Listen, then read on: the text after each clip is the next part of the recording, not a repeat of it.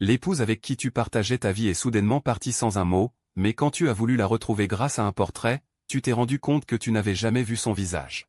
Fidèle et dévouée, tu pensais l'attendre dans ta maison vide, mais cette attente a duré 3 longues années, alors que tu sombrais dans le désespoir. Ton épouse, devenue impératrice, est soudainement apparue devant toi. En regardant cette magnifique femme à cheval, tu as eu une étrange sensation. Comme si tu voyais l'ombre de ta femme. Mais très vite, tu as secoué la tête, comment ta femme aurait-elle pu être aussi belle? Tandis que le doute envahissait ton esprit, la splendide femme mit pied à terre et s'approcha de ta porte. Es-tu le maître de cette maison? Sa voix était claire, et te plongea dans une nouvelle confusion. Mais comparée à celle de ta femme, sa voix était plus fraîche. Je passe par ici avec mon armée. Pourrais-je entrer me réchauffer? Dit-elle à nouveau. Entre. Tu ouvris alors complètement la porte pour l'accueillir. Dans ce lieu désert et isolé. À des dizaines de lits à la ronde sans âme qui vivent, pourquoi vis-tu seul ici? J'attends le retour de ma femme. Il y a 3 ans, elle a disparu brusquement. Je n'ose pas déménager, de peur qu'elle ne retrouve pas sa maison. Mais ce que tu ignores, c'est que cette femme est justement ta femme, Liu Yan. Elle n'est pas une simple mortelle. Mais la petite princesse de l'Empire d'Axia. Défigurée par un complot, elle s'était réfugiée dans ces terres sauvages. Par un heureux hasard, elle t'avait sauvé, toi qui avais traversé le temps et failli mourir de froid dans la neige. Pour éviter d'attirer des ennuis inutiles, elle avait toujours porté un masque en vivant avec toi. Elle pensait pouvoir passer sa vie tranquillement à tes côtés. Mais jamais elle n'aurait imaginé qu'il y a 3 ans, le conseiller impérial la retrouverait et la ramènerait au palais, restaurant sa beauté par un ancien rituel secret. Et après la mort de l'empereur, elle monta sur le trône pour devenir impératrice. Elle pensait que tu n'étais plus là. Mais elle ne s'attendait pas à ta fidélité, tu l'avais attendue pendant 3 ans. Elle calma ses émotions. Parcourut la pièce du regard presque identique à ce qu'elle avait laissé il y a 3 ans, à part quelques pinceaux, encre et papier sur la table. Liu Yan souleva le presse-papier posé sur les feuilles, et un portrait d'une grande finesse lui apparut, une femme masquée. Avec dans ses yeux une profonde tendresse. Après la disparition de ma femme, peindre est devenu ma seule façon d'exprimer ma nostalgie. Chaque fois que je la vois sur le papier, j'ai l'impression qu'elle est toujours à mes côtés. La main de Jade de Liu Yan trembla légèrement. Ses yeux rougirent. Reprenant son calme, elle se mordit la lèvre. Et te regarda de ses yeux clairs comme l'eau d'automne. En réalité, j'ai des nouvelles de ta femme. Vraiment? Dis-moi vite, où est-elle? Liu Yan ne supportait pas de te voir attendre ici seule dans la souffrance. Mais pour certaines raisons, elle ne pouvait pas révéler son identité. Elle dut donc inventer une excuse. Ta femme est vivante, elle sert comme servante au palais. Elle pense beaucoup à toi. Mais les règles du palais sont strictes, elle ne peut pas venir te voir elle-même. En quittant le palais, elle m'a supplié de venir te voir. Elle m'a chargé de te dire qu'elle espère que tu iras à Luosheng. Ainsi vous serez plus proches. Un jour, va à Luosheng. Puisque tu sais peindre, ouvre un atelier de peinture. À Luosheng, il y a beaucoup de nobles et de riches. Tu n'auras pas de mal à gagner ta vie. Ce disant, Liu Yan appela un garde à l'extérieur. Lui fit apporter un sac d'argent et le déposa sur ta table. Prends cet argent. Il te permettra de t'installer en ville. Mais tu secouas la tête, nous ne sommes ni parents ni amis. Comment pourrais-je accepter ton argent? Liu Yan sembla avoir prévu ta réaction. Il te faut un endroit où loger en ville. Cet argent n'est pas un don, c'est un prêt. Quand tu auras gagné de l'argent, tu me le rendras. Sur ces mots, elle se retourna et partit précipitamment. Elle craignait de ne pas pouvoir retenir la vérité. Alors que tu la regardais s'éloigner, Liu Yan redevint l'impératrice suprême. 5 jours plus tard, tu arrivas à l'ouest de Luodu. Tu louas une boutique et acheta du matériel de peinture pour ouvrir ton commerce. Pendant ce temps, au palais impérial, l'impératrice Liu Yan se tenait seule sur la tour d'observation des étoiles, fixant l'ouest. Que fait mon époux en ce moment? Pense-t-il à moi comme je pense à lui? Soudain, une voix vieillissante monta les escaliers et parvint derrière Liu Yan. Que regarde votre majesté? Liu Yan se retourna, et voyant qui était là, elle montra du respect. Maître, vous êtes venu. Yang Xuanji, précepteur impérial de Daxia et conseiller d'État, était celui qui avait ourdi le plan pour hisser Liu Yan sur le trône. La direction que regarde votre majesté, est-ce là où vit cette personne? Liu Yan changea légèrement de visage. Maître, c'est tout. Votre majesté a partagé ses épreuves avec lui. Il est normal qu'elle ait une pensée pour lui. Mais je dois rappeler à votre majesté que, de par son rang, il est indigne d'elle. Pour devenir l'époux de l'impératrice, il faut des mérites éclatants et un statut élevé.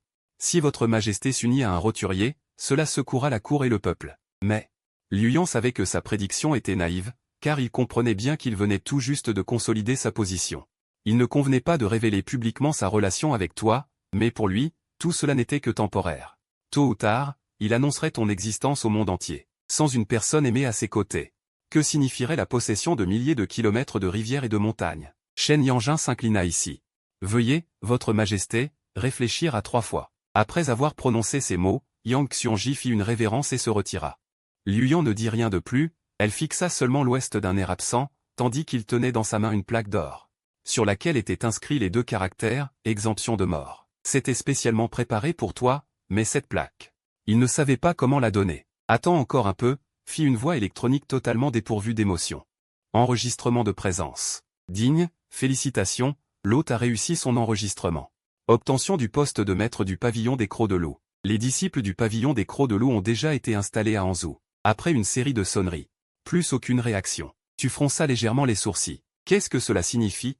Quoi, maître du pavillon des Crocs de Loup? Les disciples sont même placés à Anzou, à des milliers de kilomètres? Ce système ne serait-il pas un farceur?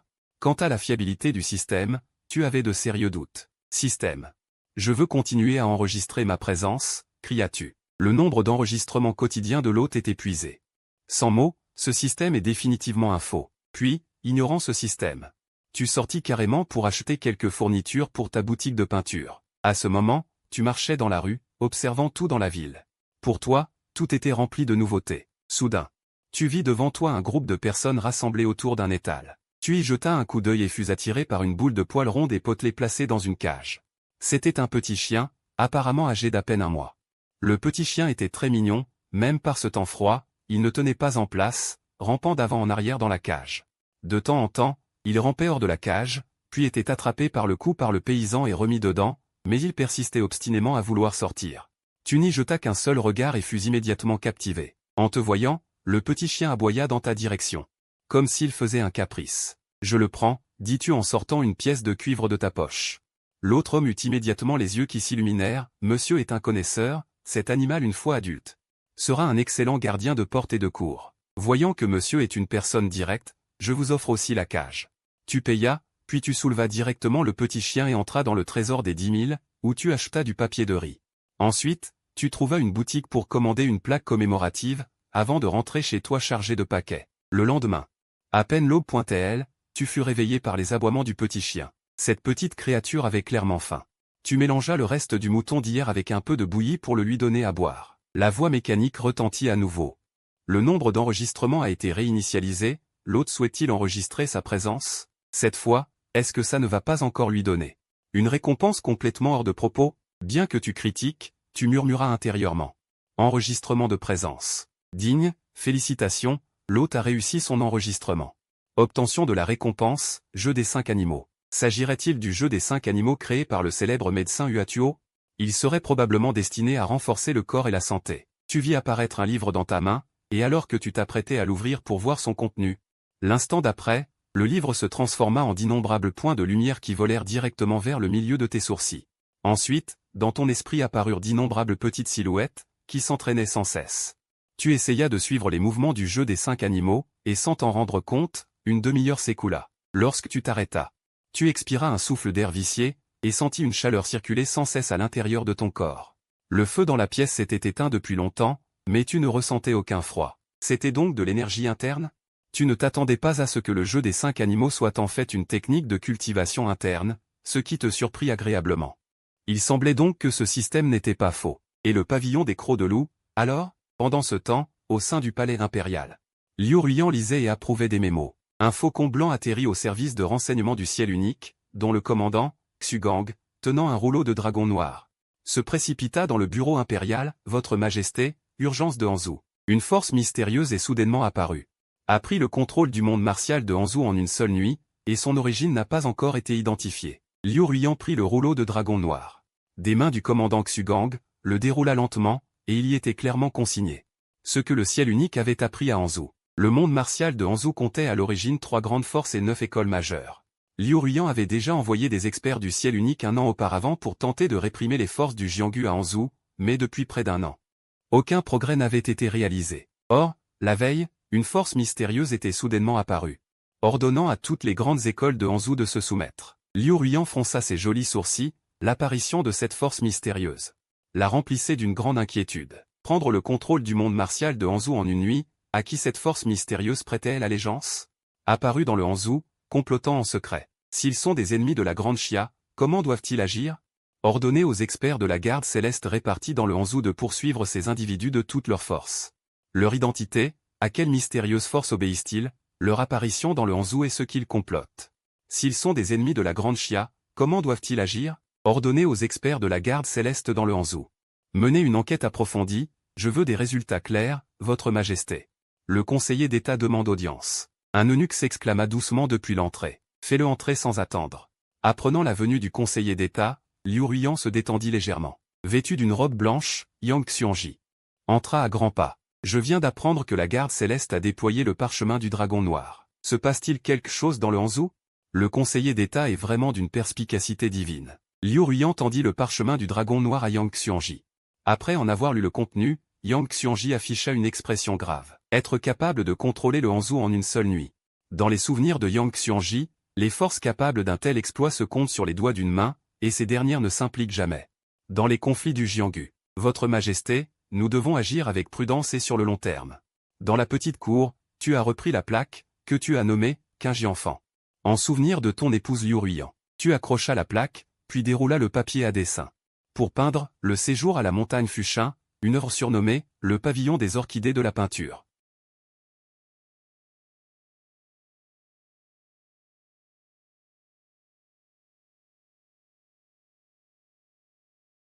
Tu sortis te promener pour découvrir les coutumes de la Grande Chia. Devant une maison de thé. Tu entendis depuis le premier étage la voix d'un conteur. Tu t'arrêtas devant la maison de thé. Et écoutas longuement, comprenant à peu près le système de formation des guerriers de ce monde. Ainsi que la classification claire des forces des guerriers. Toi-même, tu avais pratiqué le jeu des 5 sentiments, et l'énergie interne avait émergé de ton dantian. Tu ignorais si tu avais atteint le premier rang. Jusqu'à ce que le compteur fasse une pause, tu ne t'éloignas. Le lendemain, après avoir nourri le chiot, tu signas à nouveau. Digne, félicitations, hôte, signature réussie. Récompense obtenue, une pilule de sang et d'énergie. Alors que la voix mécanique retentissait, une pilule apparut. Tu consultas la description du système et sus que l'effet de la pilule de sang et d'énergie était simple. Elle servait à renforcer le corps. Avec cela, peut-être pourrais-tu devenir un puissant expert. La pilule se dissout automatiquement, se transformant en un flot de chaleur, qui se fondit dans tous tes membres. Instantanément, l'énergie interne générée hier par la pratique du jeu des 5 sentiments s'élargit d'un coup. Tu essayas de t'entraîner selon le jeu des 5 sentiments. Après une série de mouvements, ton dantian resta constamment chaud. Comme s'il y avait un fourneau à l'intérieur. Le compteur disait que ta situation actuelle correspondait à cela. Serais-tu devenu un guerrier de 2e rang? Tu secouas la tête, pensant que tu te faisais des idées. Dans les jours qui suivirent, tu signas chaque jour et pratiquas le jeu des 5 sentiments. Soudain, 2 semaines passèrent. Dans le bureau impérial, le commandant de la garde céleste, Xugang, rapportait la situation. Votre Majesté, la force mystérieuse du Hanzhou a été identifiée. Elle s'appelle le repère des loups. Voici un objet de reconnaissance du repère des loups envoyé du Hanzhou. Disant cela, il tendit une boîte en bois. Liu Ruiyan ouvrit la boîte et y trouva une plaque en jade vert. Les mots « loup accro » étaient gravés. En la retournant, on voyait un grand caractère, Xuan. Que signifie ce caractère, Xuan? Liu Ruiyan fronça les sourcils. Va, fais venir le conseiller d'État. Liu Ruiyan dit d'une voix grave. Le conseiller d'État est issu de la branche humaine de l'école taoïste, il connaît beaucoup de forces mystérieuses. Du Jianghu. Peu après, vêtu d'une robe blanche, Yang Xuanji entra dans le bureau impérial. Après avoir expliqué les raisons, Liu Ruiyan tendit la plaque à Yang Xuanji. Loup accro, que signifie-t-il? Xugang expose les informations obtenues au conseiller d'État. Xugang hocha immédiatement la tête. La force mystérieuse qui contrôle le Hanzhou s'appelle le repère des loups. Mais la signification du caractère, Xuan, à l'arrière de la plaque reste inconnue. Repère des loups, je n'ai jamais entendu parler de cette force. Yang Xuanji fronça les sourcils. Pouvoir contrôler le Jianghu du Hanzhou en une seule nuit montre que cette force est exceptionnelle. Ce caractère, Xuan, serait-ce le nom d'une division du repère des loups? Ciel, terre, mystère, jaune, une force du passé. Avait nommé ces divisions d'après ces 4 caractères. Après les paroles de Yang Xuanji, le bureau impérial entier sombra dans le silence. Si une simple division suffit à contrôler le Jianghu du Hanzhou, alors cette force serait terrifiante. Le commandant de sang avait l'air grave. Je ne sais pas ce que vous en pensez, commandant de sang, demanda Yang Xuanji. Même avec sa ruse consommée, il était un peu perplexe. Serait-ce le nom du chef de la Louve Croc? Liu Ruiyan acquiesça, c'est possible. Transmettez mon décret impérial. Ordonnez au premier gouverneur de Hanzhou d'enquêter minutieusement sur toute figure marquante du Jianghu dont le nom contient le caractère Xuan. Les jours passèrent, et vous étiez dans la capitale depuis un mois. Avec les signes quotidiens, vous aviez acquis beaucoup de choses, et votre constitution s'améliorait rapidement. Le souffle intérieur dans votre corps, qui n'était au début qu'un ruisseau, grondait désormais comme un fleuve. Mais vous ignoriez encore à quel niveau vous vous situiez. Vous vous rendîtes donc à la maison de thé. Pour consulter le vieux conteur. En l'écoutant, vous apprîtes que, sans vous en rendre compte, vous aviez brisé le palier du 3e rang. Un guerrier de 3e rang n'était pas un expert redoutable, mais restait remarquable. C'est bien d'avoir un système ce qu'un pratiquant ordinaire atteint après des années, voire plus d'une décennie, vous l'aviez accompli en un seul mois. Sachant que vous aviez brisé le 3e rang, vous vous entraîniez chaque jour avec plus d'ardeur, bien que, depuis votre arrivée dans ce monde, vous n'ayez rencontré aucun danger, des ennemis pullulaient autour du royaume, et la guerre pouvait éclater à tout moment. Apprendre les arts martiaux pour se renforcer était toujours une bonne chose. Digne. Félicitations, hôte. Vous avez réussi votre signe quotidien et obtenu le grand cadeau mensuel. Ouverture automatique du cadeau. Digne. Félicitations, hôte. Vous avez obtenu l'œil du ciel suprême. Ce jour-là, après votre signe, vous reçûtes un cadeau, l'œil du ciel suprême. Qu'est-ce que c'était? Vous ouvrîtes la description, la voie céleste est imparfaite, chacun a ses faiblesses. Toute technique, tout art martial possède aussi ses défauts. Or, l'œil du ciel suprême permet de discerner ses défauts. Vous étiez stupéfait, c'était presque surnaturel. Vous regardiez les 2 flammes dorées de la taille d'un pouce dans vos mains. Soudain, une vive douleur transperça vos yeux, l'œil du ciel suprême fusionnait avec vos pupilles. Longtemps après, tout redevint normal. À l'instant où vous ouvriez les yeux, une lueur rouge fugace traversa vos prunelles. Après la fusion avec l'œil du ciel suprême, le monde entier vous sembla différent. Les jours suivants, vous vous entraînâtes avec encore plus d'ardeur. Et en même temps, dans une vallée de la province de Han, d'innombrables personnes se rassemblaient dans la grande salle. C'était la mystérieuse faction qui faisait trembler le monde martial de Han. La faction de la griffe de loup. À cet instant, dans la grande salle, une silhouette portant une épée se tenait debout. C'était Qin Xiaomo, le protecteur de gauche de la faction de la griffe de loup. Jeune, il possédait déjà la force de 9e rang. Sous Qin Xiaomo se trouvaient les 8 chefs de salle de la faction. D'innombrables guerriers. En un mois, notre faction de la griffe de loup a pris le contrôle total du monde martial de Han. Protecteur de gauche, nous pouvons parfaitement continuer à nous étendre vers d'autres régions. Devenir les maîtres du monde martial sous le ciel. En bas, un chef de salle s'exclama à voix haute. Qin Xiaomo secoua la tête. Prendre le contrôle du monde martial de Han était la volonté du protecteur de droite. Mais quant à étendre ou non le territoire de la faction de la griffe de loup, cela ne dépend pas non plus du protecteur de droite. De qui cela dépend-il? Demanda bruyamment ce chef de salle. Cela dépend du chef de la faction. Où est le chef? En effet, notre faction de la griffe de loup, depuis la mort du précédent chef, n'a pas eu de chef depuis 300 ans, puisque les protecteurs de gauche et de droite disent tous deux que le nouveau chef est apparu. Où se trouve le nouveau chef? Le chef est à Luo Cheng. Voici le portrait du chef. D'un geste de la main, Qin Xiaomo déploya le rouleau qu'il tenait. Une silhouette vivante apparut sur le papier. Voici le nouveau chef de notre faction de la griffe de loup. Maintenant, je déclare qu'un chef de salle restera pour garder la faction, tandis que les 7 autres chefs de salle m'accompagneront à la capitale pour rencontrer le chef. La province de Yun était un passage obligé pour aller de Han à la capitale. Sur la route, plusieurs chevaux rapides galopaient à toute allure. Sur les chevaux, le protecteur de gauche vêtu d'une robe verte. Qin Xiaomo flottait avec élégance et pureté, suivi d'une troupe de disciples de la salle Yun. Soudain, sur la route de montagne devant eux, d'innombrables silhouettes apparurent, leur barrant le passage. La voie céleste unique. En tête, Qin Xiaomo identifia d'un trait leurs adversaires. Je ne sais pourquoi la voie céleste unique est venue. Notre faction de la griffe de loup n'a jamais eu de lien avec la voie céleste unique. Qin Xiaomo tira sur les rênes, et son cheval poussa un hennissement. Notre commandant Xu souhaite inviter ces messieurs à prendre le thé, dit froidement le chef de la voie céleste unique en tête. Ce n'est vraiment pas de chance, nous n'avons pas le temps. Qin Xiaomo soupira. Derrière lui, un subordonné sauta directement de son cheval et fonça vers Tian Yi qui barrait la route. Yun Xie, un expert du Yuntang, représentait ainsi son rang, 12e au sein du Yuntang. Yun Xie chargea, et le commandant de Tian Yi, sans hésiter, dégaina son sabre et frappa vers l'avant. Swoosh! L'éclat du sabre, éblouissant, fendit directement Yun Xie en deux, mais l'instant d'après, son apparition se dressa derrière le commandant de Tian Yi, une épée tranchante déjà appuyée contre sa taille. En réalité, ce qu'il venait de briser n'était qu'une ombre résiduelle. Laissez passer, sinon vous mourrez tous.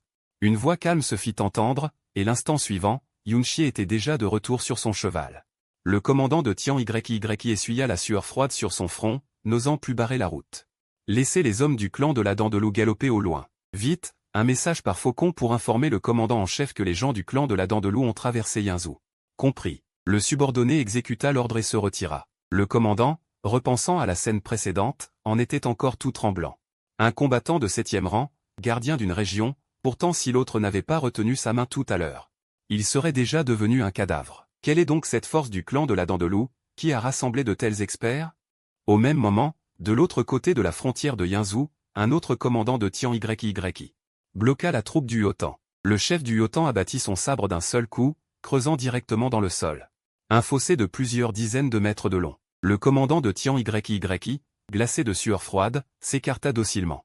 La puissance de l'autre dépassait de loin son imagination, s'il engageait le combat, il mourrait seulement. Pendant ce temps, sur plusieurs autres routes, les troupes des diverses branches du clan de la Dent de Loup passèrent sans encombre les barrages, se dirigeant directement vers la ville de Luosheng, à la capitale, au bureau du nord de la garde, à mesure que les nouvelles arrivaient.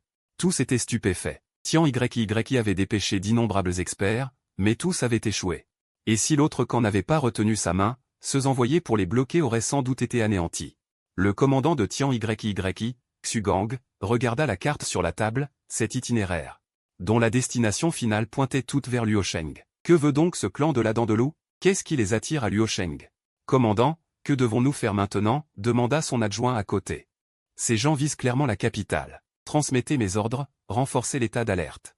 En aucun cas une mouche ne doit entrer. Après avoir donné ses instructions, Xugang se hâta vers le palais impérial. Dans le bureau privé de l'empereur, l'atmosphère était lourde. Liu Ruyan fronçait les sourcils. Et la grande prêtresse Yang Xuanji avait également l'air grave, l'esprit préoccupé. En bas, Xugang rapportait en détail les événements du jour. Tian Yi avait mobilisé des experts au-dessus du 7e rang. Et pourtant il n'avait pas pu les arrêter, les laissant passer facilement. Une nouvelle aussi bouleversante frappa Liu Ruyan et Yang Xuanji. Majesté, à mon avis. Briser aussi facilement le blocus de Tian Yi, cette force est déjà capable de menacer la sécurité de notre grand Xia. Quel que soit leur objectif, nous devons prendre des dispositions à l'avance. Dit Yang Xuanji avec inquiétude. Et que propose votre grand prêtresse? Demanda Liu Ruyan en regardant Yang Xuanji. Mon humble avis est que, non seulement il faut mobiliser Tian Yi, mais aussi convoquer la garde impériale pour verrouiller toute la ville, en aucun cas cette force ne doit entrer dans la cité. Il faut aussi enquêter au plus vite pour connaître l'homme derrière cette force. Pouvoir diriger une organisation comme le clan de la Dent de Loup. C'est un homme d'exception. Liu Ruyan se massa les tempes. Faites comme la grande prêtresse le suggère. Bien. Après le départ de Yang Xuanji et Xugang, Liu Ruyan fit un signe de la main, et une silhouette apparut dans le bureau privé. Tu as entendu la conversation tout à l'heure. Cette force mystérieuse arrive on ne sait d'où, et ses intentions sont inconnues. Tu dois absolument le protéger, ne lui laisse subir aucun mal. S'il perd un seul cheveu, tu n'auras plus à te présenter devant moi. Compris. Toute la cour du Grand Xia était en émoi à cause de l'affaire du clan de la Dent de Loup. Mais dans ton bureau, tout était paisible. Les jours passaient ainsi. Au plus profond de la nuit. Tu étais assis en tailleur dans la pièce, les yeux fermés en pleine cultivation, quand soudain tu regardas au dehors d'un regard perçant. Sur la fenêtre, une ombre noire se dessinait nettement. Qui va là? L'instant d'après, ton énergie vitale circula, et tu observas l'extérieur avec vigilance. Puis, la porte de la pièce s'ouvrit, et une silhouette vêtue d'une robe verte entra d'un pas calme. Le protecteur de gauche du clan de la Dent de Loup, King Xiaomo, rend hommage au chef du clan. Protecteur de gauche du clan de la Dent de Loup? En entendant ces paroles, ton visage afficha un moment de surprise. Tu viens de Hanzhou? Ce clan de la Dent de Loup obtenu grâce au grand pacte de bienvenue, tu avais toujours douté de son existence. Personne ne s'attendait à ce que quelqu'un vienne aujourd'hui, c'était l'antre des crocs de loup caché à Hanzhou. Depuis le décès du dernier maître de l'antre, on attendait l'arrivée d'un nouveau maître. Il y a 2 mois. Une comète s'est écrasée sur la terre, et l'ancienne prophétie s'est vérifiée. Dans le sanctuaire de mon antre des crocs de loup. Le portrait du maître est apparu, et suivant les instructions, c'est ainsi que je t'ai trouvé. La voix de King Xiaomo était pleine d'émotion, c'est le maître en chair et en os. L'antre des crocs de loup est resté sans maître pendant 300 ans. Tu es aussi complètement abasourdi, tu es le King Xiaomo à se relever. De sa bouche, tu apprends la situation de l'antre, puis tu découvres que tous les chefs de salle de l'antre sont rassemblés à Luosheng pour te rendre hommage. Cependant, après réflexion, pour éviter des ennuis inutiles, tu ordonnes à tous les chefs de salle de quitter Luosheng.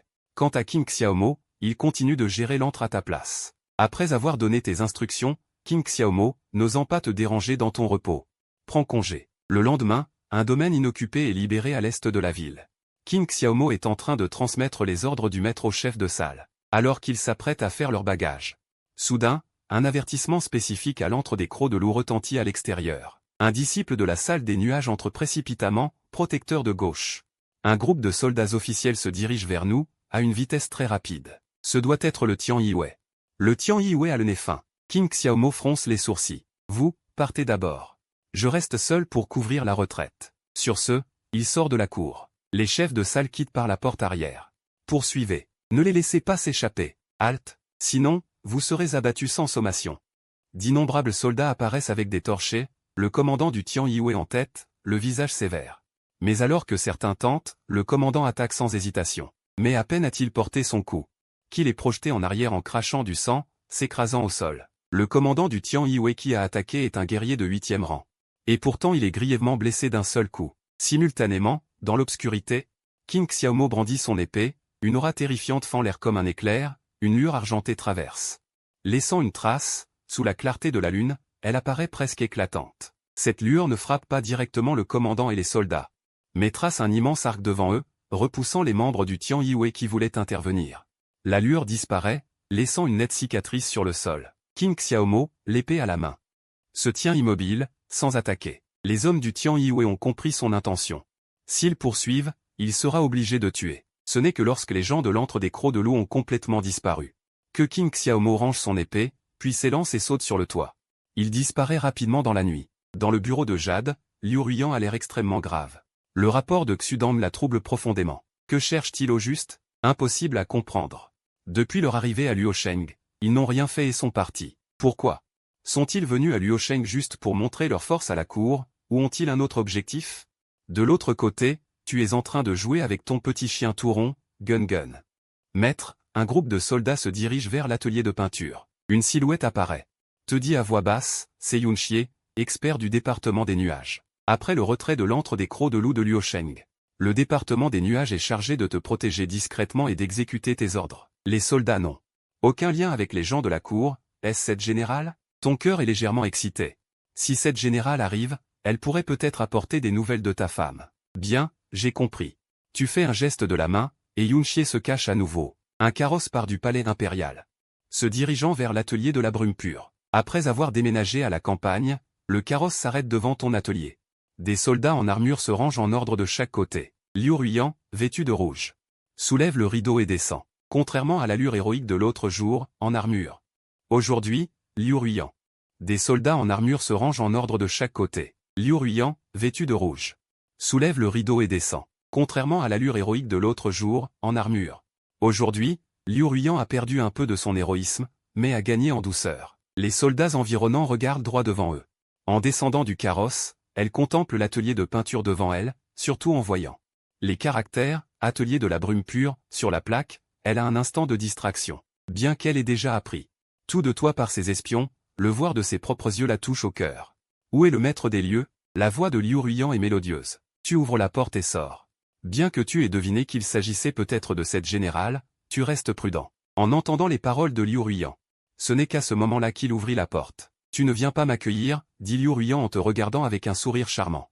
Ces mots prononcés, le monde entier se tut, les 4 officiers mêlants, Zhu, Ju, se frottèrent les yeux, doutant d'avoir des hallucinations, tandis que les soldats autour gardèrent les yeux baissés, le nez pointé vers le cœur, sans oser respirer. La suprême impératrice glaciale de la Grande Xia parlait sur ce ton à un homme. À cet instant, l'impératrice de la Grande Xia surprit tout le monde. Ah, c'est toi, la générale. En voyant Liu Ruyan, ton humeur s'éclaira inexplicablement, comme si le monde en noir et blanc soudain se teignait de couleur. Tu pensais qu'elle t'apporterait des nouvelles de ta femme. C'est pour cela que tu étais si joyeux, pensas-tu. Pourquoi es-tu si légèrement vêtu? Il y avait un ton de reproche dans la voix de Liu Ruyan, puis elle défit la robe blanche qu'elle portait. Pour t'en couvrir, tu reculas précipitamment d'un pas, refusant d'un geste. Non, je n'ai pas froid, dis-tu, le regard un peu paniqué, ce qui faillit faire échapper à Liu Ruyan les mots, mon époux, qu'elle ravala rapidement. Quoi, tu as peur? Peur que je te dévore? Les yeux de Liu Ruyan, comme l'eau d'automne, te fixaient. Ses yeux se plissaient, pleins de rire. Général, pardonnez-moi.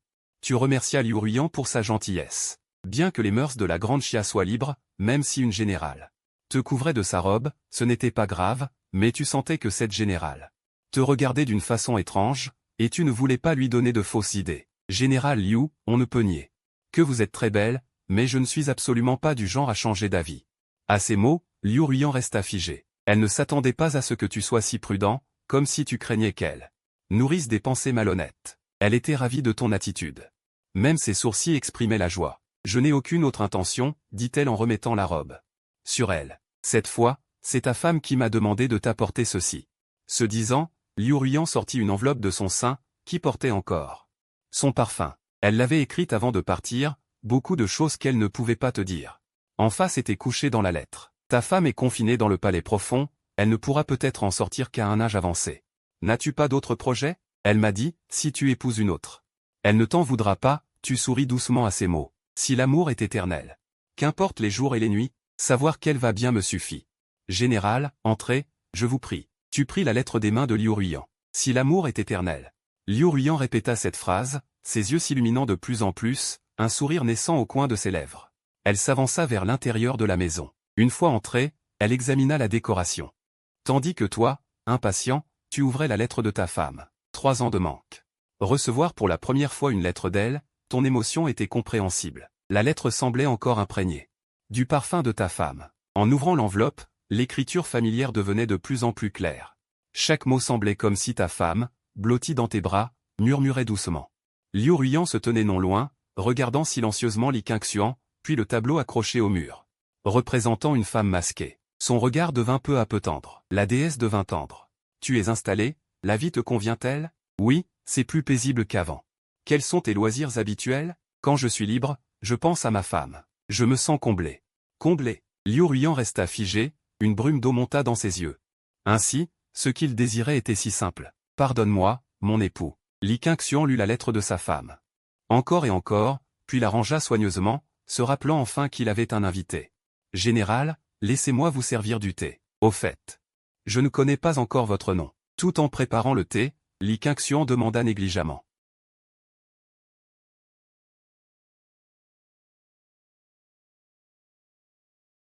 Li Qingxuan, vous devez être de rang élevé, n'est-ce pas? S'exclama-t-il. On le voit bien, chaque fois que l'impératrice voyage, elle est escortée par la garde impériale. Les gens de Baran n'auraient pas un tel traitement, mais que ma femme connaisse une personne aussi importante.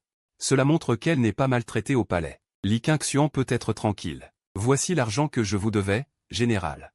Et je vous prie de bien vouloir prendre soin de ma femme au palais. Li Qingxuan sortit encore une bourse d'argent. Cet argent est un petit geste de ma part. Ziyuan repoussa rapidement l'argent de Li Qingxuan. Il ne prit que sa propre part. Je suis le frère juré de ta femme, alors ne sors plus cet argent. Sinon, je me fâcherai. D'accord. Li Qingxuan, gêné, le rangea. Il n'était vraiment pas doué pour offrir des cadeaux. S'il n'avait pas craint que sa femme soit maltraitée, il n'aurait jamais eu le courage de faire une telle chose. Ziyuan parla encore un moment avec Li Qingxuan. Il pouvait sentir que Li Qingxuan gardait délibérément ses distances. Il sourit malgré lui. En abordant les pays voisins de l'Empire, Ziyuan soupira. Li Qingxuan demanda avec curiosité. Général Ziyuan, qu'avez-vous? Quelques soucis? L'Empire est stable depuis plus de 100 ans. Mais les loups rôdent partout autour, menaçant. L'Empire de Dali doit envoyer un émissaire spécial pour rencontrer Sa Majesté. On dit qu'il y aura 3 experts de 9e classe qui les accompagneront. En réalité, le but de leur venue dans la capitale est de faire étalage de leur puissance. Tous les experts de l'Empire sont postés aux frontières pour se défendre à la fois contre l'invasion du Nord et les royaumes du Sud. Dans toute la capitale, à part le commandant en chef Xugang, il n'y a absolument aucun expert de niveau comparable. Quand ils viendront sous prétexte de combat, l'Empire risque de perdre la face. Je suis général de l'Empire. Il est naturel que je m'inquiète pour les affaires de l'État. Je vois. Les experts impériaux sont tous en poste aux frontières. Mais le vaste monde martial ne peut-il pas produire 2 experts de 9e classe?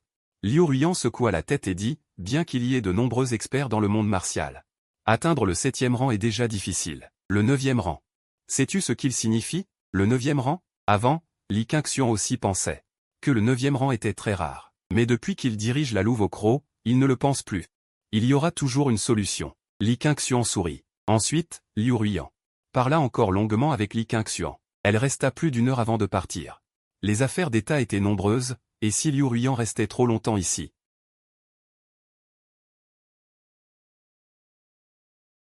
elle s'inquiétait que cela attire l'attention. Li Qingxuan regarda le dos de Liu Ruyan en pensant, cette générale Ziyuan est si bonne, et elle a même aidé à prendre soin de sa femme. Cette affaire de la délégation de Dali Si possible, il pourrait peut-être lui-même prêter main forte. En pensant ainsi, Li Qingxian fit un signe de la main. Yinlin apparut à ses côtés. « Aide-moi à enquêter. » Sur les antécédents des 3 experts de 9e classe de Dali. Oui, Yinlin acquiesça.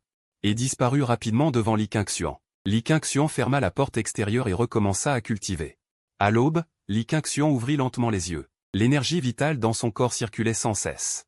Depuis qu'il cultivait le Teqingjing, Li Qingxian n'avait plus besoin de dormir la nuit. Chaque matin, après la cultivation, il était plein d'énergie. Et il était encore tôt, même pour un guerrier de 4e classe. Le repos était nécessaire. Après avoir apaisé son estomac, il procéda à nouveau à l'enregistrement. Aujourd'hui marquait la fin du 2e mois. Ding dong. Félicitations, l'hôte a reçu le paquet mensuel. Souhaitez-vous l'ouvrir? La voix mécanique du système retentit. Li Qingxian n'hésita pas et cliqua sur ouvrir. Félicitations, l'hôte a reçu une pilule de bris de palier. En ouvrant la description, cette pilule sert à franchir les paliers. Chaque fois qu'un guerrier franchit un palier, il y a un certain risque. La pilule de bris de palier peut éliminer complètement ce risque, garantissant une percée à 100%. Cette pilule est vraiment extraordinaire.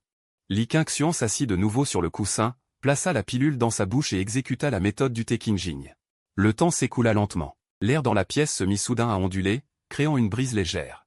D'innombrables flux d'énergie, comme agités, prirent le corps de Li Qingxian pour centre tourbillonnant, formant un vortex qui s'engouffra dans son corps. La circulation de l'énergie vitale à l'intérieur de Li Qingxian s'accéléra soudainement.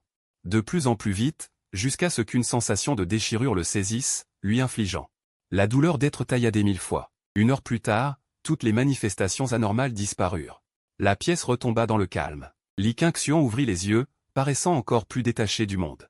À ce moment, il était déjà un expert de 4e classe. Dans l'armée, un 4e classe pouvait devenir chef de 100 hommes, un commandant de troupes.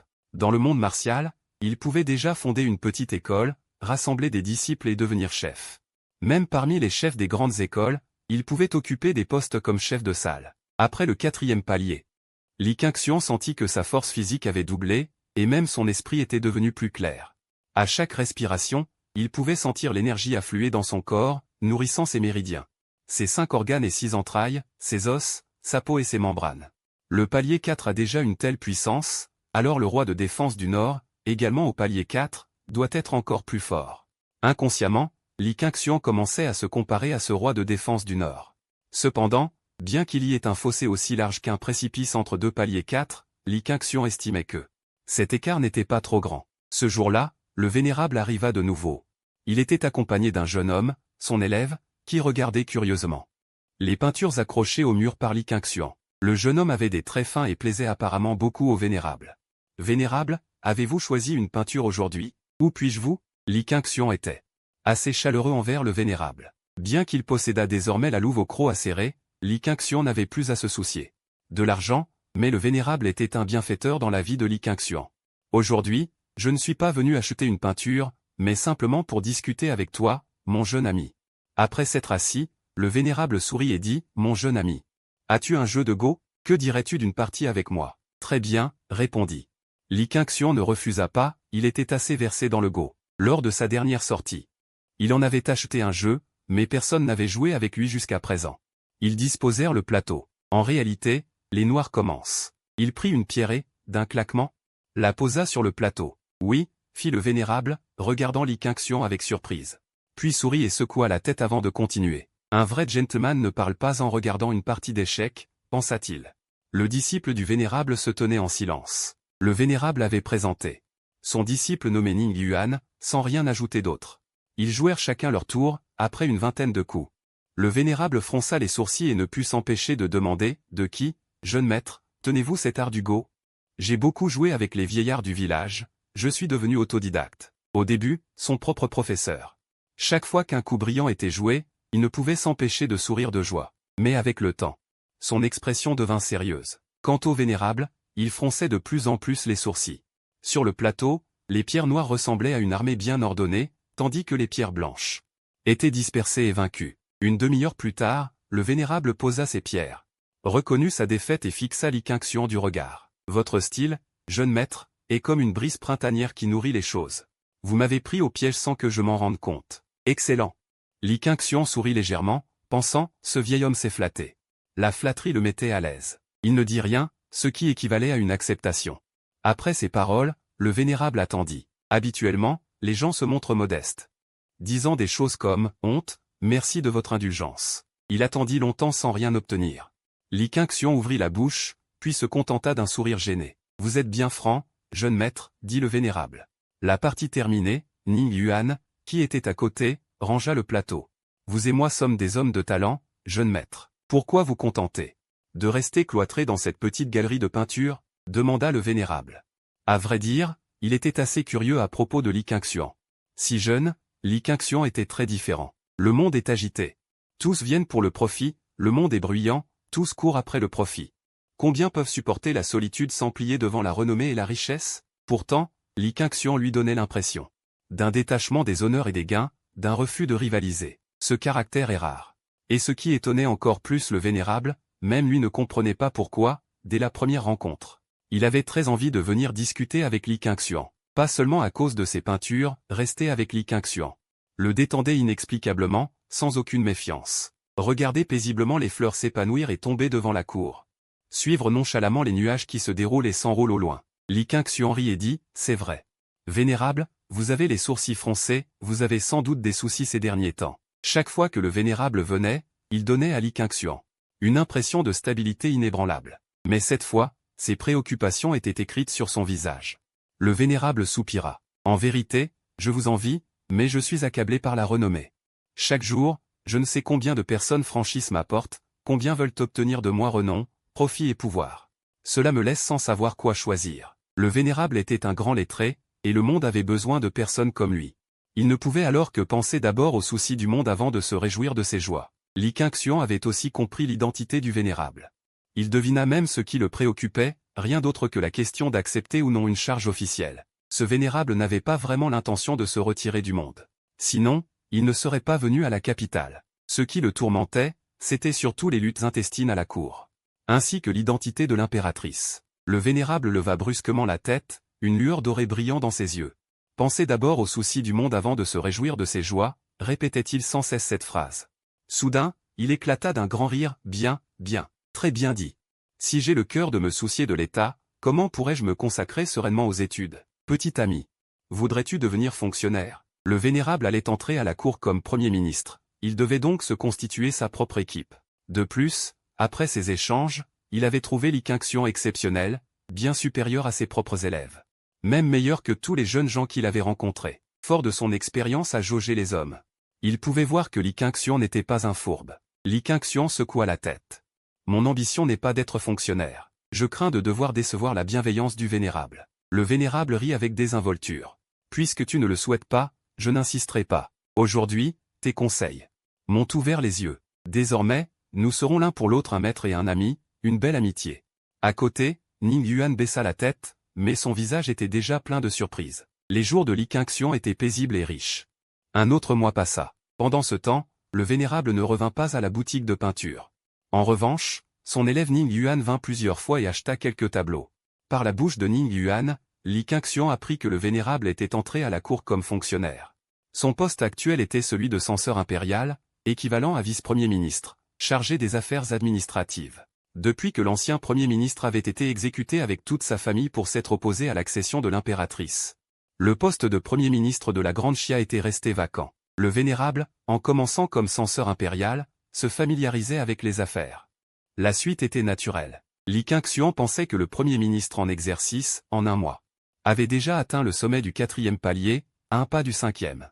Mais Li Qingxian ne se pressait pas de percer. Il devait consolider ses fondations, pas à pas. C'était un homme patient, conscient de l'importance des bases. Un édifice élevé commence au niveau du sol. Plus les bases sont solides, plus les bénéfices futurs seront grands. À l'aube, Li Qingxian se tenait sur les marches de la petite cour. Gun Gun jouait dans la cour. Un mois complet s'était écoulé. C'était le moment d'obtenir le colis mensuel d'Émile Li. Ding dong, félicitations, l'hôte a obtenu le colis mensuel d'Émile Li. Ouverture. Veuillez ouvrir le paquet, l'hôte. Félicitations, l'hôte a obtenu le camp du dragon agile. Ouvrir la description. Le camp du dragon agile est un ensemble de techniques d'épée pour affronter l'ennemi, réputé pour sa grâce et sa variété. Combiné au Tekinging, il peut déployer toute sa puissance, soit 12 dixièmes. Li Qingxian, qui manquait justement de techniques offensives, trouvait dans le camp du dragon agile un oreiller quand il avait sommeil. Sans hésiter, il cliqua pour apprendre. Aussitôt, d'innombrables petites figures s'entraînèrent dans son esprit. Li Qingxuan, ne pouvant se retenir, dégaina son épée et se mit à la brandir dans la cour. Le camp du dragon agile, en voyant sa technique d'épée, avait les yeux pleins d'admiration. L'hôte a délibérément comprimé sa cultivation. Au palier 4, mais avec cette technique d'épée, même un palier 5 ne pourrait résister.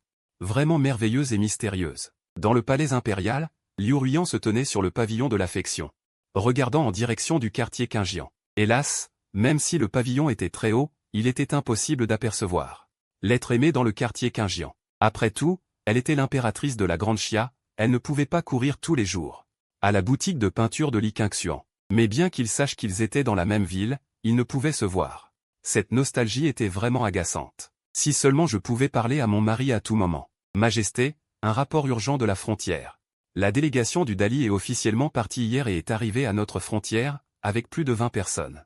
Parmi eux, 3 experts de 9e palier, un commandant. Le vase de sang tenait un rouleau de dragon noir. Et rapporta, ce qui doit arriver arrivera. Liu Ruian soupira.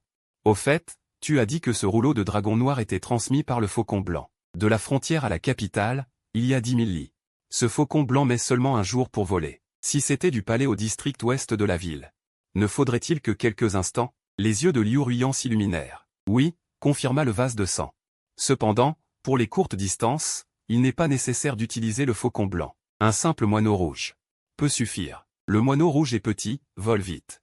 Et n'est pas facile à repérer. Combien en avez-vous dressé? Envoyez-m'en un immédiatement. Les yeux de Liu Ruian s'illuminèrent de plus en plus, et à l'idée de ce qu'elle allait faire, elle ne put s'empêcher de relever les coins de ses lèvres. Au même moment, au pavillon Qingjian, Li Jingxuan termina une série d'exercices d'épée.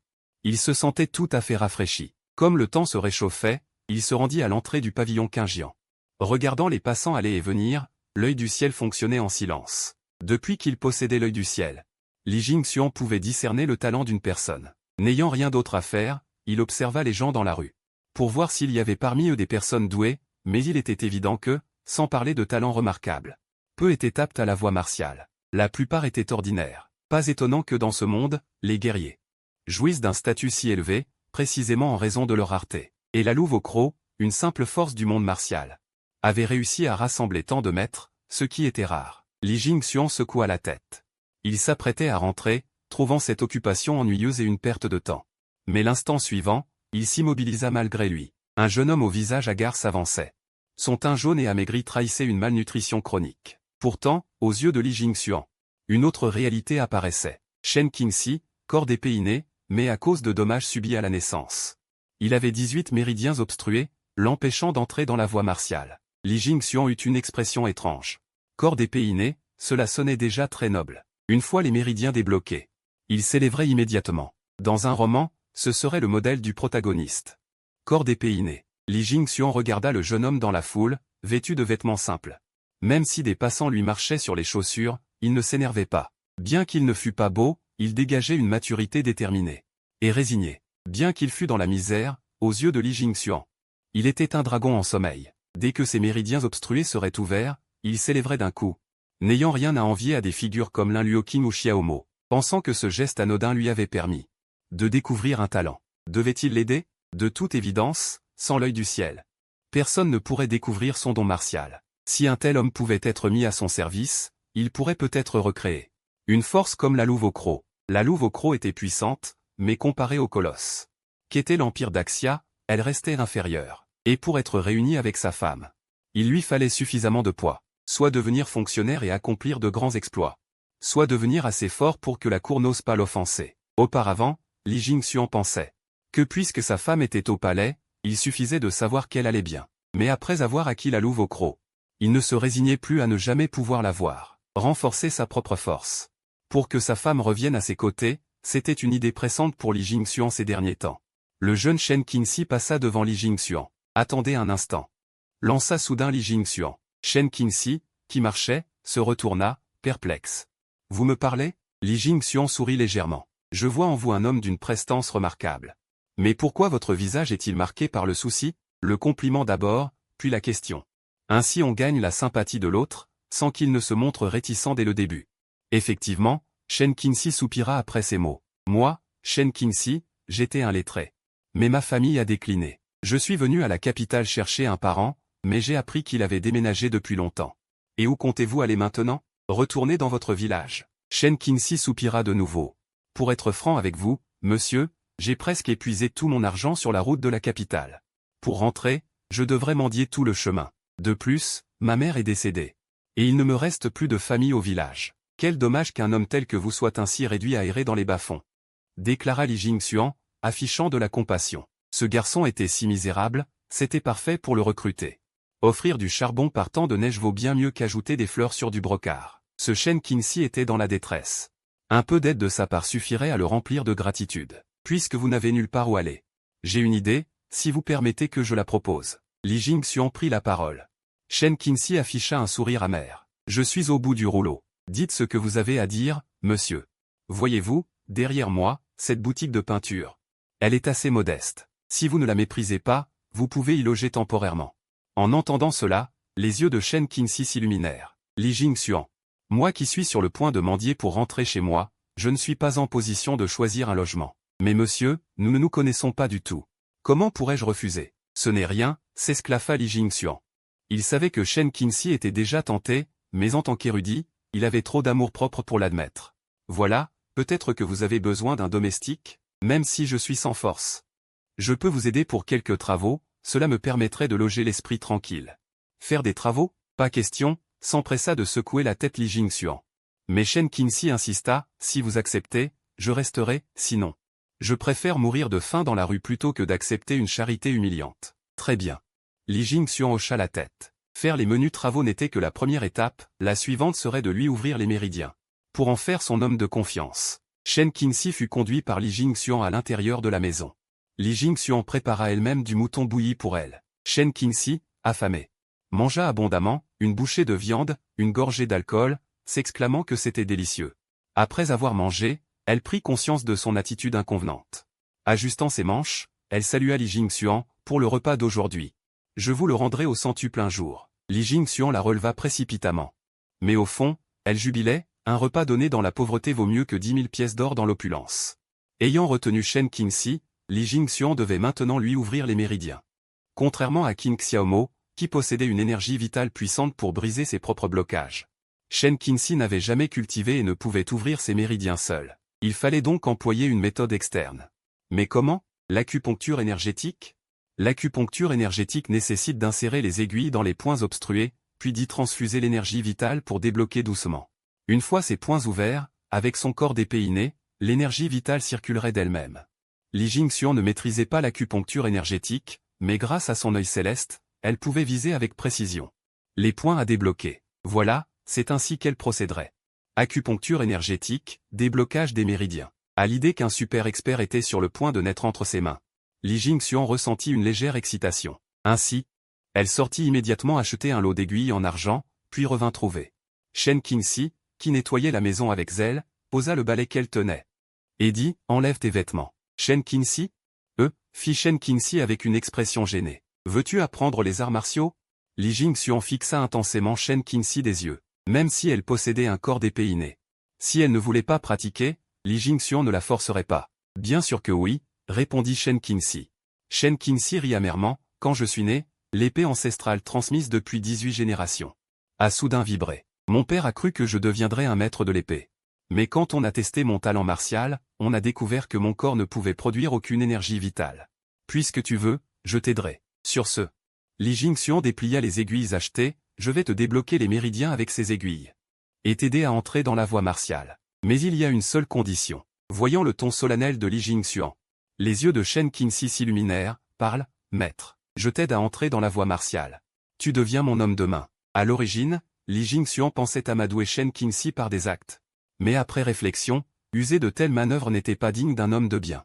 Mieux valait être franc. Quand Li Jingxuan eut fini, Shen Qinxi montra une certaine hésitation dans son regard.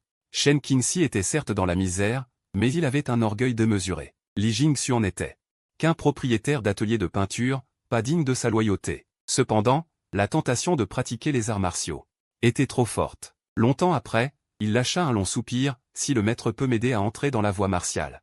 Je serai son serviteur dévoué. Bien, j'aime ce genre de franchise, dit Li Jingxuan. Enlève tes vêtements, ordonna TL. Shen Qinxi n'hésita plus. Il défit ses habits, dévoilant un corps robuste. Li Jingxian prit les aiguilles en argent. Corps robuste. Li Jingxian prit les aiguilles en argent, les appliqua sur Shen Qingxi en hésitant. Essaya de piquer, mais sa technique était maladroite, ce qui fit pousser un cri à Shen Qingxi. Li Jingxian essuya la sueur sur son front. Ses pensées étaient bien plus ambitieuses que la réalité. La réalité était pourtant cruelle, il pensait qu'avec l'œil du ciel suprême, il suffirait de voir clair en l'autre. Localiser l'emplacement des méridiens essentiels semblait simple, mais lorsqu'il passa à l'action, il se rendit compte qu'il manquait d'habileté. Monsieur, savez-vous vraiment vous servir des aiguilles d'argent? 3 lignes noires apparurent sur le front de Shen Qingxi. Il commença soudain à douter de la fiabilité de son interlocuteur. Li Qingxian inséra les aiguilles dans les 18 points d'acupuncture, puis fit circuler la perle pureté suprême à l'intérieur de son corps. L'énergie vitale, suivant les aiguilles d'argent, pénétra dans le corps du patient. Lentement, elle commença à dissoudre les méridiens obstrués. 2 heures plus tard, Li Qingxian retira les aiguilles d'argent, le front ruisselant de sueur. Auparavant, avec son rang de 4e niveau, cette opération avait consommé une grande quantité d'énergie vitale. Shen Qingxi, qui doutait encore de Li Qingxian, voyant son état, abandonna aussitôt ses soupçons. Bien, arrêtons-nous là pour aujourd'hui. Dans les jours à venir, Li Qingxian, tu devras faire circuler ton énergie vitale à travers ces points. Lorsque ces cavités seront complètement dégagées, tu pourras officiellement entrer dans la voie martiale. Former lui-même un expert lui procura une certaine fierté. Atteindre le stade de la vision innée. Li Qingxian ignorait quel sommet Shen Qingxi pourrait atteindre. Si Shen Qingxi parvenait au même niveau que lui, le 4e rang, alors posséder 2 experts de ce niveau, lui permettrait peut-être, le moment venu, de demander une faveur à l'impératrice, et elle accepterait. À l'idée de retrouver sa femme, le cœur de Li Qingxian s'embrasa d'impatience. Toc, toc. À cet instant, des coups frappés à la porte retentirent. Li Qingxian vit un jeune homme. Un faucon roux perché sur son bras. « Qui êtes-vous » demanda Li Qingxian, le regard perplexe. La méfiance grandit en lui. Bien que vêtu de vêtements très ordinaires, Li Qingxian sentit une menace émaner de cet homme. Son souffle était contenu, et surtout, une épaisse couche de callosité recouvrait ses paumes, signe d'un expert. À mesure que son niveau martial s'élevait, le regard de Li Qingxian s'affûtait rapidement. « Je suis envoyé par le général Ziyuan pour vous remettre ce faucon roux. Il dit que vous pouvez l'utiliser pour communiquer avec votre épouse. » Vraiment? Les yeux de Li Qingxian s'illuminèrent. Pour lui, c'était une nouvelle extraordinaire. L'homme lui tendit le faucon roux, puis se retourna et partit. Sans traîner et sans ajouter un mot, Li Qingxian voulut lui donner quelques pièces d'argent en pourboire, mais n'eut pas le temps d'ouvrir la bouche. Le faucon roux, vif et alerte, avait subi un dressage spécial, ce qui l'avait rendu moins sauvage. Perché sur le bras de Li Qingxian, il observait son environnement de la tête, sans la moindre intention de s'envoler. Li Qingxian remarqua, attaché à sa patte, un petit tube de bambou. Il le détacha et en sortit une fine bande de papier blanc. En estimant sa taille, il comprit qu'on ne pouvait y écrire guère plus d'une centaine de caractères. Est-ce que ça compte comme un SMS, songea Li Qingxian en prenant la plume, le cœur agité. Il voulait demander à sa femme si elle allait bien, ce qu'elle faisait, pourquoi elle avait soudainement disparu. Comment elle était entrée au palais, si elle y mangeait bien, si elle y dormait bien. Si elle était bien habillée et au chaud, si l'hiver n'était pas trop froid. Mais finalement, il n'écrivit que 7 mots. Liu Ruiyan, ton mari pense à toi. Il glissa le papier dans le tube de bambou, relâcha son bras, et le faucon roux s'envola, portant dans le ciel les pensées de Li Qingxian vers l'autre bout de son amour. L'après-midi était ensoleillé, et l'humeur de Li Qingxian était tout aussi lumineuse. Grâce au faucon roux, il pouvait enfin communiquer avec sa femme. Tout l'après-midi, il avait déjà échangé une dizaine de lettres. Sa femme disait qu'elle allait très bien au palais, que l'impératrice la traitait bien, qu'elle pensait beaucoup à Li Qingxian et espérait qu'ils pourraient bientôt se retrouver. Cela ne fit que renforcer la détermination de Li Qingxian à accroître sa puissance. Seul un homme fort pourrait, un jour, la ramener du palais. Les jours suivants, Li Qingxian aida chaque jour Shen Qingxi à dégager ses méridiens. Enfin, le 8e jour, alors que Li Qingxian insufflait la dernière parcelle d'énergie vitale dans les aiguilles d'argent, les 18 aiguilles furent soudain éjectées du corps. Une aura perçante se répandit depuis Shen Qingxi dans la pièce. L'épée que Li Qingxian utilisait pour s'entraîner se mit à vibrer. Même Yunlin et les experts de Yintan, cachés dans les parages, surgirent et firent irruption. Que se passe-t-il? Lorsqu'ils virent Shen Qingxi assis en tailleur, leurs visages affichèrent tous la stupéfaction. C'est à cause de lui, oui, Li Qingxian hocha la tête. À ce moment, Shen Qingxi ouvrit lentement les yeux, son aura se dissipant peu à peu, tandis que les épées autour de lui cessèrent de trembler. Shen Qingxi se leva, puis se dirigea directement vers Li Qingxian et s'agenouilla. Sans vous, Je n'aurais jamais pu éveiller mon épée corporelle. Merci pour votre grâce. Li Qingshuan s'approcha pour relever Shen Qingxi. Quant aux disciples Yunlin et Yuncan qui observaient, leurs yeux étaient remplis de stupeur. L'épée corporelle? Li Qingshuan avait permis à Shen Qingxi de s'installer dans la salle d'affinement. Yunlin et les autres pensaient que c'était juste un geste bienveillant de Li Qingshuan, mais ils comprirent alors que Li Qingshuan avait discerné la constitution de Shen Qingxi. Le seigneur du pavillon méritait bien son titre. Telle était la pensée des disciples, et l'image de Li Qingshuan leur paraissait de plus en plus impénétrable. Qingxi, tu dois t'entraîner sérieusement. Tu commences un peu tard. Mais avec ton talent, tu devrais rapidement atteindre les bases. Oui. Je ne décevrai pas vos attentes. Shen Qingxi commençait à se considérer comme un subordonné. Il savait être un épéiste inné, destiné à de grandes choses, mais il ne regrettait pas sa promesse. Maître du pavillon, laissez-moi plutôt enseigner à mon frère Qingxi. Yunlin se porta volontaire. Bien, acquiesça Li Qingshuan. Il se demandait comment former Shen Qingxi, l'aide d'un expert comme Yunlin était parfaite. Les disciples de Yuncan regardèrent avec envie, frère Qingxi. Tu as une chance incroyable que notre chef t'enseigne. Oui. Notre chef est un maître de 9e rang, peu de gens trouvent grâce à ses yeux. Ton talent, frère Qingxi, fait des envieux. Les membres de Yuncan parlèrent tour à tour. Il est un expert de 9e rang? Shen Qingxi ouvrit de grands yeux. Faire en sorte qu'un maître de 9e rang le suive, qui est cet homme? Et il l'appelle maître du pavillon. Shen Qingxi sentit soudain que Li Qingshuan était enveloppé d'un halo de mystère. Étudie bien avec le chef Yuncan, deviens vite un maître de 9e rang. Li Qingshuan tapota l'épaule de Shen Qingxi, puis se retourna et entra dans la maison. Ces derniers jours, il s'était affairé à débloquer les méridiens de Shen Qingxi, négligeant sa propre cultivation. Il prit une pilule et la mit dans sa bouche, puis ferma les yeux pour commencer à méditer. Ces jours-ci, il ressentait une légère fissure dans la barrière de son royaume. Peut-être était-il temps de percer au 5e rang.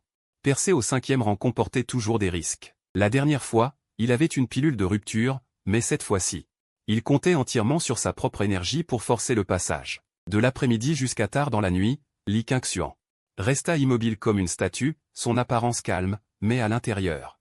Son énergie bouillonnait comme un fleuve brisant un barrage, complètement en ébullition. Il ressentait dans tous ses membres une douleur déchirante dans d'innombrables méridiens, comme des milliers d'aiguilles plantées dans chaque parcelle de sa peau. Cette énergie se heurtait sans cesse. Ce que Li Qingshuan devait faire, c'était garder son esprit lucide, verrouiller cette énergie pour qu'elle ne s'échappe pas. Si elle s'échappait, ce serait un échec. Du 4e au 5e rang. Il fallait comprimer et affiner l'énergie, puis la fusionner avec la chair et le sang pour renforcer le corps. En cas d'échec, le moindre mal serait une blessure interne, le pire une chute de royaume. Et il faudrait recommencer. Ainsi, la cultivation est comme remonter un courant, sans avancer, on recule. Tout n'est pas sans heurts. Peut-être parce que les fondations de Li Qingshuan étaient solides. Son énergie, bien que bouillonnante et violente à l'intérieur, ne s'échappa pas d'un seul fil. Un jour et une nuit complets passèrent, l'énergie circulant sans cesse dans son corps, finissant par se fusionner peu à peu avec ses points d'énergie. Soudainement, un grondement retentit à l'intérieur de Li Qingshuan, tel un coup de tonnerre. C'était le son de l'énergie et du corps se mêlant, du sang devenant assez puissant pour circuler. Appelé les 5 tonnerres. L'apparition des 5 tonnerres signifiait que le corps et l'énergie avaient atteint un nouveau niveau, et que le passage au 5e rang était officiel. Li Qingshuan se leva de son coussin, et étira ses membres, produisant un crépitement. Il se sentit comme rené. Le pouvoir sans rang est vraiment puissant. Li Qingshuan arbore un léger sourire en songeant qu'il peut à nouveau signer. Ding dong, félicitations à l'hôte pour avoir obtenu la flèche fatale, la flèche fatale. Elle permet de brûler le sang et le souffle pour lancer une attaque ultime, capable de tuer un ennemi d'un rang supérieur. En voyant la description, les yeux de Li Qingshuan s'illuminent. Cette technique de flèche est redoutable. Mais son inconvénient est évident, une fois la flèche décochée, l'énergie interne du corps est entièrement épuisée. Le corps tombe immédiatement dans un état de faiblesse extrême, ce qui en fait une méthode de survie en situation désespérée. Les jours passent, et soudainement, 2 semaines se sont écoulées. Li Qingshuan a complètement stabilisé son royaume sans rang, tandis que Shen Qingxi, sous la tutelle de Yunlin, a pleinement démontré la terreur du corps de l'épée innée. En seulement 2 semaines, il a brisé 3 royaumes consécutifs pour atteindre le 3e rang. Chaque fois que Shen Qingxi s'entraîne, l'épée de Li Qingshuan vibre violemment. C'est un pur modèle de protagoniste, mais avec son système. Li Qingshuan n'est pas en reste, pense-t-il. Que fait mon mari ces derniers temps? Après avoir terminé son entraînement, Li Qingshuan voit le faucon roux perché sur la fenêtre. Il sort du système le message que Liu Ruiyan lui a écrit, « Je suis occupé à renforcer ma faction, à accroître ma puissance, pour qu'un jour je puisse entrer dans le palais impérial et te reprendre. Mon mari, ne plaisante pas. Le palais est lourdement gardé, ne te laisse pas aller à des pensées irréalistes. J'ai recruté un homme au corps de l'épée inné comme subordonné. Et une fois que je l'aurai formé pour devenir un maître absolu, pense Li Qingxuan. Je pourrai te reprendre. À ce moment, dans le pavillon, Liu Ruyan regarde le message dans ses mains. Ses yeux vacillants. Corps de l'épée inné, avec la position de mon mari. Comment pourrait-il obtenir la loyauté d'une telle personne? Liu Ruyan inspire profondément. Elle fait un signe de la main, et un homme en noir apparaît derrière elle. Y a-t-il eu des nouveaux venus récemment au pavillon de la fumée bleue? Votre Majesté. Un homme s'est installé au pavillon de la fumée bleue. J'ai enquêté. Il s'appelle Shen Qingxi. Son grand-père était un seigneur féodal de la dynastie précédente. Réputé de loin, mais à la génération de son père, la famille a décliné. On pensait qu'il possédait le corps de l'épée innée, mais un maître venu l'examiner a découvert qu'il s'agissait d'un corps inutile. Bien qu'il porte le nom de corps de l'épée, il n'en a pas la réalité, et il est totalement incapable de pratiquer la voie martiale. Je vois. Mais alors, comment se fait-il qu'il apparaisse au pavillon de la fumée bleue? Et qu'il mente à mon mari en se disant porteur du corps de l'épée innée? Liu Ruyan devient soudainement tendu. A-t-il des intentions cachées? Surveille-le de près, regarde ce que ce Shen Qingxi veut vraiment faire. S'il cherche juste à manger et à boire gratuitement, passe encore, mais s'il a des intentions malveillantes, exécute-le sur le champ. À ces mots, une aura meurtrière illimitée se répand. L'homme en noir baisse précipitamment la tête. La pression de cette impératrice devient de plus en plus terrifiante. Bien qu'elle ne pratique pas la voie martiale, cette aura meurtrière suffit à faire trembler un maître de 7e rang comme lui. Mon mari doit être plus prudent, le monde est cruel, les cœurs humains imprévisibles. Liu Ruyan prend son pinceau et écrit une ligne, mais finit par froisser le papier et le jeter. La nature innocente de mon mari est aussi une forme de bonheur. Quant à ses affaires sournoises, laissez l'empereur les gérer. En mars, le temps se réchauffe, le vent printanier enivre les promeneurs. Les passants sur la route deviennent peu à peu plus nombreux. Le royaume, occupant les terres centrales, est devenu le centre du monde, avec des saisons bien distinctes. Inconsciemment, il est arrivé à Luodu. Depuis 3 mois, Li Qingxuan soupire intérieurement. Aujourd'hui, le temps est clair. Le soleil brillant. Le chiot Gun, âgé de 4 mois, a grandi. Son pelage noir luit sous le soleil, ses oreilles se sont dressées. Vraiment remarquable. Quand il a acheté le chien, le grand frère a dit que ce Gun avait du sang de loup. Li Qingxuan n'y avait pas prêté attention, mais à voir l'apparence actuelle de Gun. Peut-être que c'est vrai. Li Qingxuan calcule qu'encore 2 mois. Il faudra attacher Gun. Gun a l'air si féroce que même s'il n'attaque personne, les passants seront effrayés. Shen Qingxi s'entraîne à l'épée dans la cour, tandis que Li Qingxuan, debout à l'entrée de l'atelier de peinture, joue avec le chiot tout en observant les allées et venues des passants. Bien que ce ne soit que le début du printemps, il faisait encore un peu froid, mais de nombreuses femmes étaient déjà vêtues de manière assez provocante, allant et venant, ce qui était assez agréable à regarder. Elles étaient déjà un peu élancées, allant et venant, ce qui était assez agréable à regarder. Li Qingxuan repensa aux tenues qu'il avait vues dans les films et séries d'autrefois, et il était clair que les gens de cette époque étaient encore un peu conservateurs. Il se demanda s'il ne pourrait pas persévérer en tant que designer et concevoir quelques vêtements. Il y avait beaucoup de commerces dans cette rue, et les voisins connaissaient déjà bien Li Qingxuan. La vendeuse de tofu soyeux poussait sa charrette en montant la pente, avec difficulté. Li Qingxuan se dépêcha d'aller l'aider. Bientôt, il aida la vendeuse à pousser la petite charrette jusqu'en haut. « Merci, jeune maître Li, vous êtes vraiment une bonne personne. Voulez-vous un bol de tofu soyeux? » « Non, merci, je viens de prendre mon petit déjeuner. » Li Qingxuan refusa en souriant. Soudain, il entendit des aboiements de chiens, très pressants. Il tourna la tête et vit 2 hommes vêtus de vêtements de serviteurs, qui passaient une corde autour du cou de Gun. L'un tirait fort sur la corde, tandis que l'autre attrapait la queue de Gun. Bien que Gun ait du sang de loup, il n'avait que 4 mois. Il montrait les dents en émettant des sons aigus, mêlés de peur et de colère. Les 2 serviteurs tiraient de toute leur force pour traîner Gun vers une calèche voisine, où quelqu'un tenait un sac, visiblement pour l'y enfermer. Dans la calèche, un jeune homme au visage pâle souleva le rideau et donna des ordres. « Ce chien n'est pas mal, il fera l'affaire pour garder la maison. » Les gens autour virent le chien de Li Qingxuan se faire attraper et montrèrent de l'anxiété, mais personne n'osa intervenir. Ce jeune homme avait manifestement un rang élevé, bien qu'il connaisse bien Li Qingxuan, il n'osait pas l'offenser. Ce fichu chien agace avec ses aboiements. « Dépêchez-vous, je dois rentrer au manoir, » dit l'homme au visage pâle avec impatience. Les serviteurs tirèrent plus fort, et le chien poussa un cri pitoyable.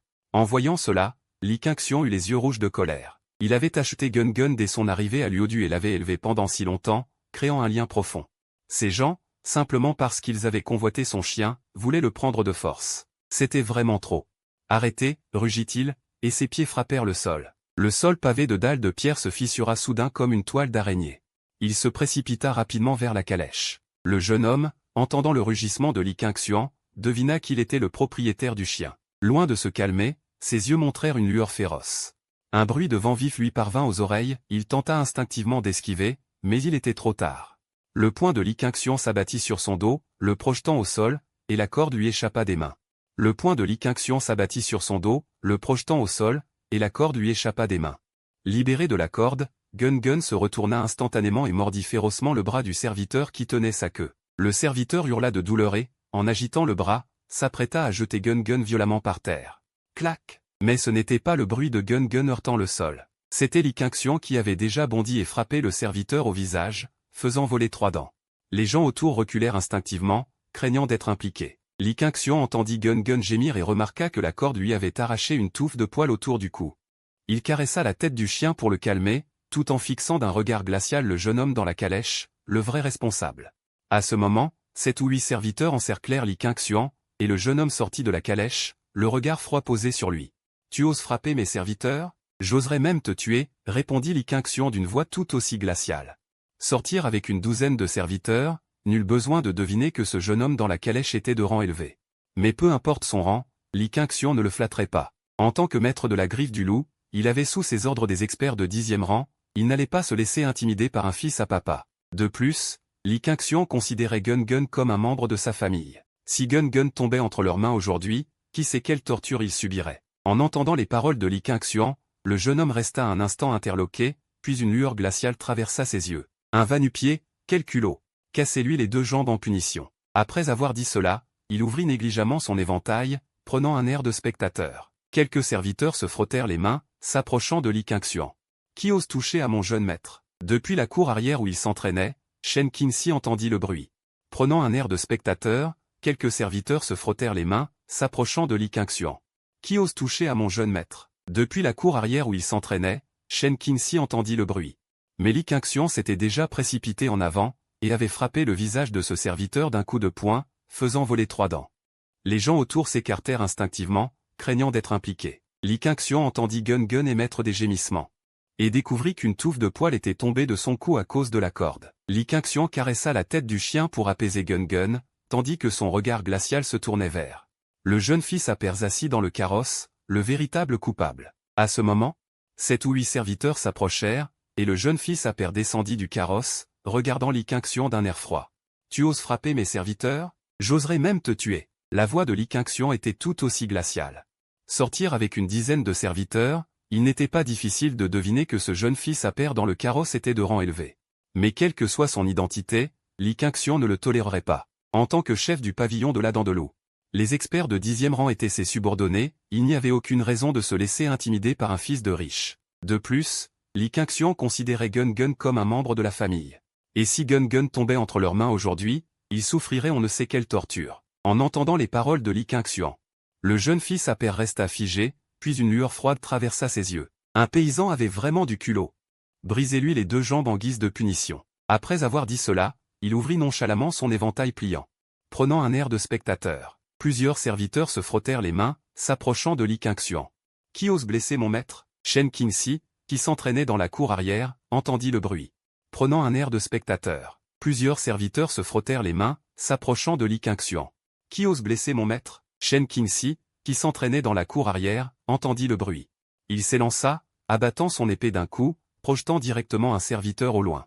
Shen Qingxi, désormais au sommet du 3e rang, en avait largement assez pour faire face à ses serviteurs. Li Qingxian, qui avait initialement l'intention d'intervenir, préféra regarder le spectacle, tandis que Yanlin restait caché dans l'ombre. Naturellement, il n'avait pas besoin d'agir. L'épée de Shen Qingxi était puissante, avec des éclats lumineux. Tel un tigre féroce, aucun des serviteurs ne pouvait l'approcher. Plusieurs serviteurs armés se virent même frapper au poignet, en l'espace d'un souffle. Les 9 serviteurs gisaient à terre. Le sourire du jeune maître sur le char s'était figé.